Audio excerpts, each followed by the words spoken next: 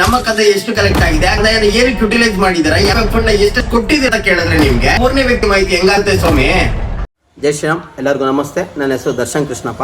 ಸ್ನೇಹಿತರೆ, ಕಳೆದ ವಿಡಿಯೋದಲ್ಲಿ ಒಳಕಲ್ಲು ಗ್ರಾಮ ಪಂಚಾಯತಿಗೆ ನಾನು ಕೊಟ್ಟಿರುವಂತಹ ಒಂದು ಅರ್ಜಿ ಬಗ್ಗೆ ಮಾತಾಡಿದ್ದು. ಆ ಅರ್ಜಿ ಬಂದು 9 and 11B ಬುಕ್ನ ರಿಲೇಟೆಡ್ ಆಗಿತ್ತು. ಆ ಅರ್ಜಿಗೆ ನಾನು ಕೆಲವೊಂದು ಮಾಹಿತಿಗಳನ್ನ ಕೇಳಿರ್ತೀನಿ. ಆ ಮಾಹಿತಿಗಳನ್ನ ನನಗೆ ಕೊಟ್ಟಿರೋದಿಲ್ಲ. ಆದರೆ ನಾನು ಅದೇ ದಿನ ಅಂದರೆ 9/1/2026 ಮತ್ತೊಂದು ಅರ್ಜಿ ಕೊಟ್ಟಿರ್ತೀನಿ. ಈ ಅರ್ಜಿ ಏನಾಗಿದೆ ಅಂದರೆ, ಈ ಅರ್ಜಿ ಬಂದು 14 and 15 ಫೈನಾನ್ಸ್ ಅಂದರೆ 14 ಮತ್ತು 15ನೇ ಹಣಕಾಸು ಕ್ರಿಯಾ ಯೋಜನೆಯ ಮಾಹಿತಿಗಳನ್ನ ಕೇಳಿರ್ತೀನಿ.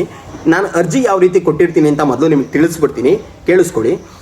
ಒಳಕಲ್ಲು ಗ್ರಾಮ ಪಂಚಾಯತಿಯಲ್ಲಿ ನಡೆದಿರುವ 14 ಮತ್ತು 15ನೇ ಹಣಕಾಸಿನ ಕ್ರಿಯಾ ಯೋಜನೆಯಲ್ಲಿ ಬಂದಿರುವಂತಹ ಕೊಟೇಶನ್ ಕಾಪಿಗಳು, ಟೆಂಡರ್ ಕಾಪಿ, ಕಾಮಗಾರಿ ಕಾಪಿ, ಮೊದಲು ಮತ್ತು ನಂತರದ GPS ಫೋಟೋಗಳು, MB ಪುಸ್ತಕ, ಕಾಮಗಾರಿ ಮುಗಿದ ನಂತರ PDO ಮಹಜರು ಮಾಡಿರುವ ಪತ್ರ, ಅಂತಿಮವಾಗಿ ನೀಡಿರುವ ಬಿಲ್ಲುಗಳ ಪ್ರತಿ ಹಾಗೂ 14, 15ನೇ ಹಣಕಾಸಿನ ಪಾಸ್ ಶೀಟ್ ನಕಲು ಪ್ರತಿನ ನಾನು ಕೇಳಿರ್ತೀನಿ.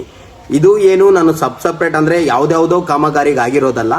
ಈ 14, 15ನೇ ಹಣಕಾಸಿನ ಕ್ರಿಯಾ ಯೋಜನೆಯಲ್ಲಿ ಯಾವುದೋ ಒಂದು ವರ್ಕ್ ಅಲರ್ಟ್ ಆದರೆ ಅಥವಾ ಯಾವುದೋ ಒಂದು ಕೆಲಸ ಮಾಡೋದಕ್ಕೆ ಒಂದು ಹಣ ಬಿಡುಗಡೆ ಆದರೆ ಆ ಹಣದ ಪ್ರತಿಯೊಂದು ಆ ಕಾಮಗಾರಿಯ ಮೊದಲಿನಿಂದ ಹಿಡಿದು ಕೊನೆಯವರೆಗೂ ಇರುವಂಥ ಸರ್ಕಾರದ ಆದೇಶದ ಮೇಲೆ ನಡೆಯಬೇಕಾದಂಥ ಕಾಮಗಾರಿಯ ಹಂತದ ಮಾಹಿತಿಗಳನ್ನ ನಾನು ಕೇಳಿರ್ತೀನಿ.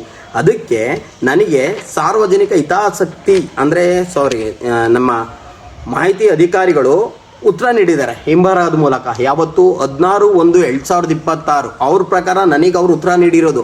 ಆದರೆ ನನಗೆ ಅರ್ಜಿ ಬಂದಿದ್ದು 30/1/2026 ದಿನದಂದು, ಅಂದರೆ 16ನೇ ತಾರೀಕು ಅವ್ರು ಅರ್ಜಿ ರೆಡಿ ಮಾಡಿರ್ತಾರೆ. ನನಗೆ ಕೊಡೋದಕ್ಕೆ ಹಿಂಬರಹ ರೆಡಿ ಮಾಡಿದ್ದಾರೆ, ಎಲ್ಲ ಟೈಪ್ ಮಾಡಿ ನೀಟಾಗಿ ಅವರು ಬುದ್ಧಿ ಎಲ್ಲ ಉಪಯೋಗಿಸಿ ನನಗೆ ಯಾಕೆ ಮಾಹಿತಿ ಕೊಡೋದಿಲ್ಲ ಅನ್ನೋದನ್ನ ಹುಡುಕಿ ತಡಕಿ ತೆಗೆದು ಅದಕ್ಕೆ ಹಾಕಿ ಅರ್ಜಿನ 16ನೇ ತಾರೀಕೆ ರೆಡಿ ಮಾಡಿರ್ತಾರೆ.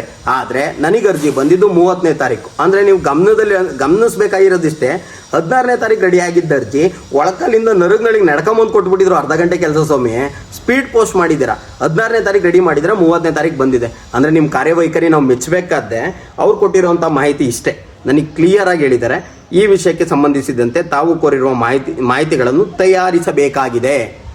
ಸರ್ಕಾರದ ಆದೇಶ ಇರೋದೇನು, ಯಾವುದೇ ಒಂದು ವರ್ಕ್ ನಡೆದಾಗ ಈ GPS ಫೋಟೋನ ಏನು ಕೆಲಸ ಎಲ್ಲ ಪೂರ್ಣ ಆದಾದ್ಮೇಲೆ, ಅಥವಾ ನಾನೀಗ ಮಾಹಿತಿ ಕೇಳಿದ್ದೀನಿ 1 ವರ್ಷದ ಹಿಂದೆ ಕಾಮಗಾರಿ ನಡೆದಿದೆ, ಈಗ ಹೋಗಿ GPS ಫೋಟೋ ತೆಗೆದುಬಿಟ್ಟು ಹಾಕ್ತೀರಾ ನೀವು? ಹಾಕ್ತೀರೇನ್ರಿ? ಈಗ ಕೊಡಬೇಕು ಮಾಹಿತಿನ. ಕೊಡೋಕ್ಕಾಗಿಲ್ಲ ಅಂದರೆ ಕೊಡೋಕ್ಕಾಗಲ್ಲ ಅಂತ ಕೊಡಿ. ಈ ಥರ ಸುಳ್ಳು ಮಾಹಿತಿಗಳನ್ನ ಯಾಕೆ ಕೊಡ್ತೀರಾ?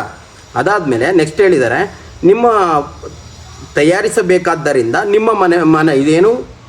ನಿಮ್ಮ ಅರ್ಜಿಯನ್ನು ಪುರಸ್ಕರಿಸಲು ಬರುವುದಿಲ್ಲ. ಯಾಕೆ ಬರಲ್ಲ? ನೀವೇನು ಮಾಹಿತಿ ತಯಾರಿಸಬೇಕು?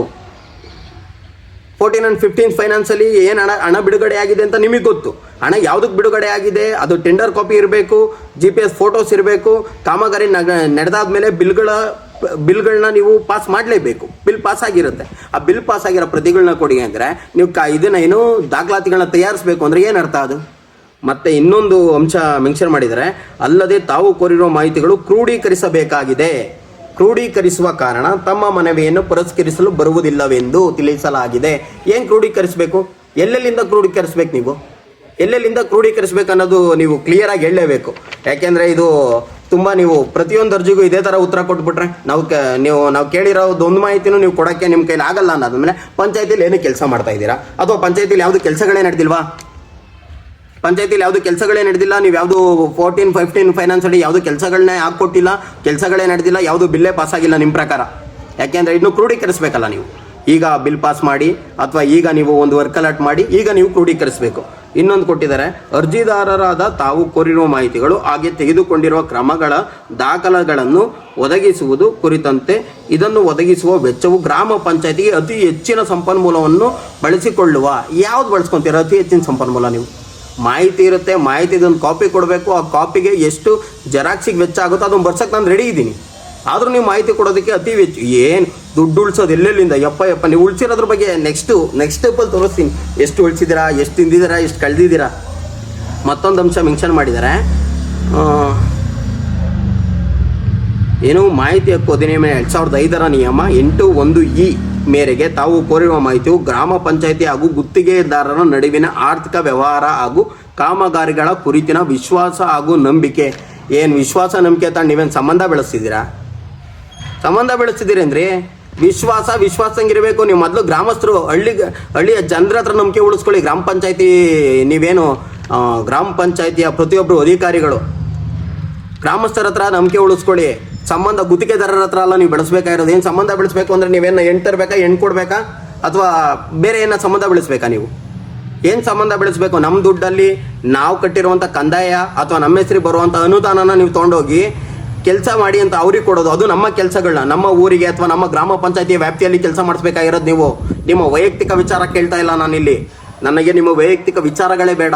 ಇಲ್ಲಿ ಹೆಂಗೆ ಬರುತ್ತೆ ಸಂಬಂಧ? ಯಾವ ಸಂಬಂಧ ಹೇಳಿ? ನಿಮ್ಮ ಸಂಬಂಧ ಹೇಳಿ. ಹಾಗಾದರೆ ಗ್ರಾಮಸ್ಥರು ಗ್ರಾಮ ಪಂಚಾಯತಿಗೆ ಇರುವಂಥ ಸಂಬಂಧ ಏನು? ಇದ್ರ ಬಗ್ಗೆ ಮಾತಾಡಬೇಕಲ್ವ ನೀವು? ಇದ್ರ ಬಗ್ಗೆ ಮಾಹಿತಿ ಕೊಟ್ಟಿದ್ದೀರಾ? ನಿಮಗೆ ನಮ್ಮ ಗ್ರಾಮಸ್ಥರು ಹಾಳಾಗೋಗ್ಲಿ ಅದು ಬೇಕಾಗಿಲ್ಲ. ಯಾರೋ ಗುತ್ತಿಗೆದಾರರು ನಿಮ್ಮ ನಡುವಿನ ಸಂಬಂಧ ಏನು ದುಡ್ಡು ಕಾಸಲ್ಲಿನ ಸಂಬಂಧ ಬೆಳೆಸ್ತಿದ್ದೀರಾ? ಹೇಗೆ? ಅನುಮಾನ ಇದೆ. ಇದ್ರ ಬಗ್ಗೆ ವಿಚಾರಣೆ ಮಾಡಲೇಬೇಕು. ಮತ್ತೊಂದು ಅಂಶ, ಅತ್ಯುತ್ತಮವಾದ ಅಂಶ, ಇದನ್ನಂತೂ ನಾನು ಹೇಳಲೇಬೇಕು. ಯಾಕೆಂದರೆ ಪ್ರತಿಯೊಂದು ಅರ್ಜಿಯಲ್ಲೂ ಕೂಡ ಇದನ್ನು ಪರ್ಟಿಕ್ಯುಲರ್ ಆಗಿ ನನಗೆ ಸಾರ್ವಜನಿಕ ಮಾಹಿತಿ ಅಧಿಕಾರಿ ಏನಿದ್ದಾರೆ ಅವರು ಇದೊಂದು ಮೆನ್ಷನ್ ಮಾಡೇ ಇರ್ತಾರೆ. ಅಲ್ಲದೆ ಮೂರನೇ ವ್ಯಕ್ತಿ ಏನಿದು ಈ ಪ್ರಕಾರ ತಾವು ಕೋರುವ ಮಾಹಿತಿ ಮೂರನೇ ವ್ಯಕ್ತಿಗಳಿಗೆ ಅಥವಾ ಸಂಸ್ಥೆಗಳಿಗೆ, ಮೂರನೇ ವ್ಯಕ್ತಿ ಸಂಸ್ಥೆ ಯಾವುದು? ಗ್ರಾಮ ಪಂಚಾಯತಿ ಗ್ರಾಮಸ್ಥರ ನಡುವೆ ಇರುವಂಥ ಮೂರನೇ ವ್ಯಕ್ತಿ ಅಥವಾ ಮೂರನೇ ಸಂಸ್ಥೆ ಯಾವುದು? ಇದು ನನಗಂತೂ ಗೊತ್ತಿಲ್ಲ. ನಿಮ್ಗೇನ ಗೊತ್ತಿದ್ರೆ ಸ್ನೇಹಿತರೆ ಕಮೆಂಟ್ ಮಾಡಿ. ಇವರು ಪ್ರತಿಯೊಂದಕ್ಕೂ ಇದನ್ನು ಕೊಟ್ಟಿದ್ದಾರೆ. ಅಲ್ಲದೆ ಸಂಬಂಧಿಸಿರುವ ವ್ಯಕ್ತಿಯ ವಿಜಯವಾಗಿದ್ದು ಇವುಗಳ ನಡುವಿಕೆಯಲ್ಲಿ ಯಾವುದೇ ಸಾರ್ವಜನಿಕ ಹಿತಾಸಕ್ತಿ, ಯಾವನಿಗ್ರಿ ಹೇಳ್ತೀರಾ ನೀವು ಸಾರ್ವಜನಿಕ ಹಿತಾಸಕ್ತಿ ಕಂಡು ಬಂದಿಲ್ಲ ಅಂತ? ನೀವು ಮಾಡೋ ಕೆಲಸ ಕರೆಕ್ಟಾಗಿ ಮಾಡಿದ್ರೆ ನಾನು ಅರ್ಜಿನೇ ಆಗ್ತಾ ಇರಲಿಲ್ಲ. ಸಾರ್ವಜನಿಕ ಹಿತಾಸಕ್ತಿ ಕಂಡು ಬಂದಿಲ್ಲ ಅಂತ ಹೆಂಗೆ ಹೇಳ್ತೀರಾ? ಏನು ಬಂದು ನಮ್ಮ ಊರಲ್ಲಿ ಕೇಳಿದ್ರ ನೀವು ಸಾರ್ವಜನಿಕ ಹಿತಾಸಕ್ತಿ ಐತಾ ಇಲ್ವಾ ಅಂತ? ಬಿಡ್ರಿ ಇವೆಲ್ಲ. ನೀವು ನೋಡಿ ಹೇಳ್ತಾ ಇದ್ದೀನಿ ಕೇಳಿ.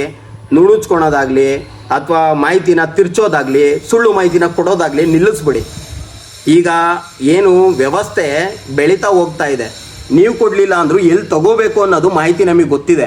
ಆದರೆ ನಾನು ಏನಕ್ಕೆ ವಿಡಿಯೋ ಮಾಡ್ತಾ ಇರೋದು ಅಂದರೆ, ನಾವೇನೋ ಒಂದು ಅರ್ಜಿ ಹಾಕಿರ್ತೀವಿ, ಆ ಅರ್ಜಿಗೆ ಯಾವುದೇ ಥರನಾದ ರೆಸ್ಪಾಂಡ್ ಬರಲಿಲ್ಲ ಅಂದರೆ ಅದನ್ನು ಧೈರ್ಯವಾಗಿ ನಾವು ಕೇಳಬೇಕು. ಕೇಳೋದು ನಮಗೆ ಹಕ್ಕು. ನಮ್ಮ ಒಂದು ಕಂದಾಯ ಕಟ್ಟೋದು, ನಾವೊಂದು ಟ್ಯಾಕ್ಸ್ ಪೇ ಮಾಡ್ತಿರೋದ್ರಿಂದ ಮಾತ್ರ ಅವ್ರಿಗೆ ಸಂಬಳ ಬರ್ತಿದೆ.